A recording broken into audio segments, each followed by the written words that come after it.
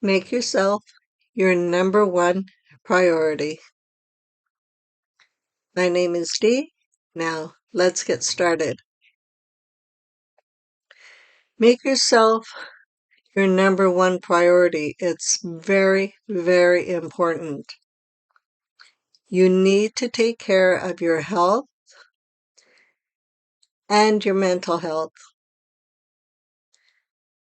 And it's so easy to give up and go back into depression, anxiety, isolation, and you don't want to go backwards, you want to go forwards. And only you can do that. You have to help yourself. No matter what the outcome is going to be with your estranged child, you have to be strong, mentally and physically, to handle whatever comes up. And if they're making boundaries, that's great. But also, make your own boundaries. You are not their puppet. You are an individual that has a mind of their own. And what you feel are boundaries are good for you, then make a list of them. Any relationship that falls apart, there's always two sides of the story. So not just one side is right. So this is why I say to make your own boundaries and have them ready so you can present them. If you give in too easy, they're just going to walk right over you again. Trust me. I've been estranged. I've gotten back with my children and then estranged again. It can happen that easily. And if they're getting back for the wrong reasons, it will happen quicker than what you think for them to estrange you once again. You have to let go of the past.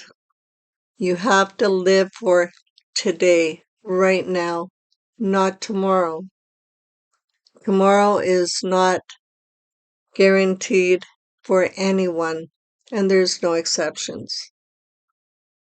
You have to start living today and take baby steps. That's all it takes is baby steps. Do one little thing at a time. Affirmations. Start with affirmations. I never heard of affirmations before. But once I started practicing them, they started to make a lot of sense to me. Because you have to know your worth. If you don't know your worth, then you'll just be walked over. You have to stand up for yourself and make decisions. Some may not be easy, but no one said life is easy.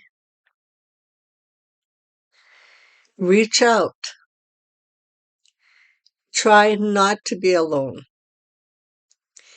If you are a single person and you have no family or friends because of your age, maybe they passed away or moved away and you're left alone, totally alone, reach out.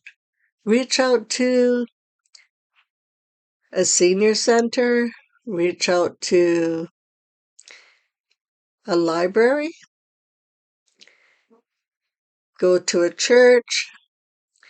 Maybe you could find some people there to help you. There's a lot of things you can do to help yourself. And it's not easy because once being isolated, it's so easy when things get a little bit difficult to go right back there and say, I can't do this. I can't do it alone. Yes, you can. You can do it. because you are strong. Before your children, you were strong. You had a mind of your own and a lot of determination to do the right things. So what if you made mistakes along the way? We're all human. We've all made mistakes. And that's okay. And if you slip and fall down, that's okay too. You just remember to get yourself up again, dust yourself off, and start anew. Life is wonderful if this is what you want, but you have to make it. You have to make your own happiness. You can't rely on others to make you happy. I always thought, oh, with my husband, I'm happy. With my children, I'm happy. I've lost my children. I've lost my husband due to death. And that took a lot of my happiness away. But I still had a lot to live. And every breath I take two. I take one for me and one for my husband. Because I know he would not want to see me sad and alone. We have to work on ourselves the best that we can and find everything that we can to do to get us out of a depression, to get us out of isolation. The weather is gorgeous outside. Take a walk. Have you ever walked in the rain lately? Just let the rain fall down on your face and just give your head a shake. It could be so refreshing. Not only wet, it can be refreshing. Just little things in life. You could see another couple walk down the street hand in hand and say, isn't that lovely? It's the way you think about things sometimes that will also help you. If you think negatively all the time, your life is going to be living in negativity. If you think of positivity, then your outlook is going to be a lot more positive.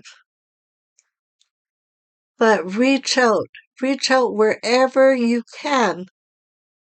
There is so much now. We are so lucky that we have the internet. Years ago, we wouldn't have been so lucky because our resources were the newspaper, which you're not going to find a lot there, or the library. If you needed to know something, you needed to research something, you had to go to the library. Now we can Google anything that we need to know. Anything. So use it. Use it while you can. It's free. It doesn't cost you anything to Google. You need to have a life. And a life that's going to make you happy. Maybe there's some songs when you were younger that you enjoyed. Play them again. Play anything, any kind of music that's going to make you happy or bring back happy memories. Because we never know how long an estrangement is going to last. That is not up to us. We cannot beg. We cannot keep hounding our children or sending emails or gifts or cards.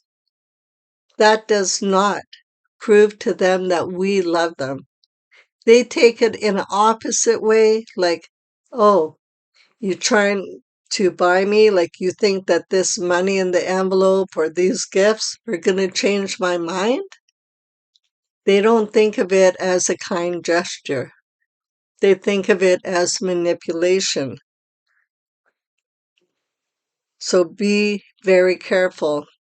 In some cases, people have had a restraining order put against them for sending packages or presents on birthdays, Christmas, anniversaries, etc. So be very, very careful. Don't let it backfire because 99% of the time it does. So for today, I just want you all to take super good care of yourself. Do one thing per day that can make you smile. If you have to put affirmations up on your bathroom mirror, if that's the first thing you see, beside your bed, anywhere around your house, please do it. And repeat them. Repeat them and repeat them. Sending love and strength to all. Until next time, sincerely, Dee.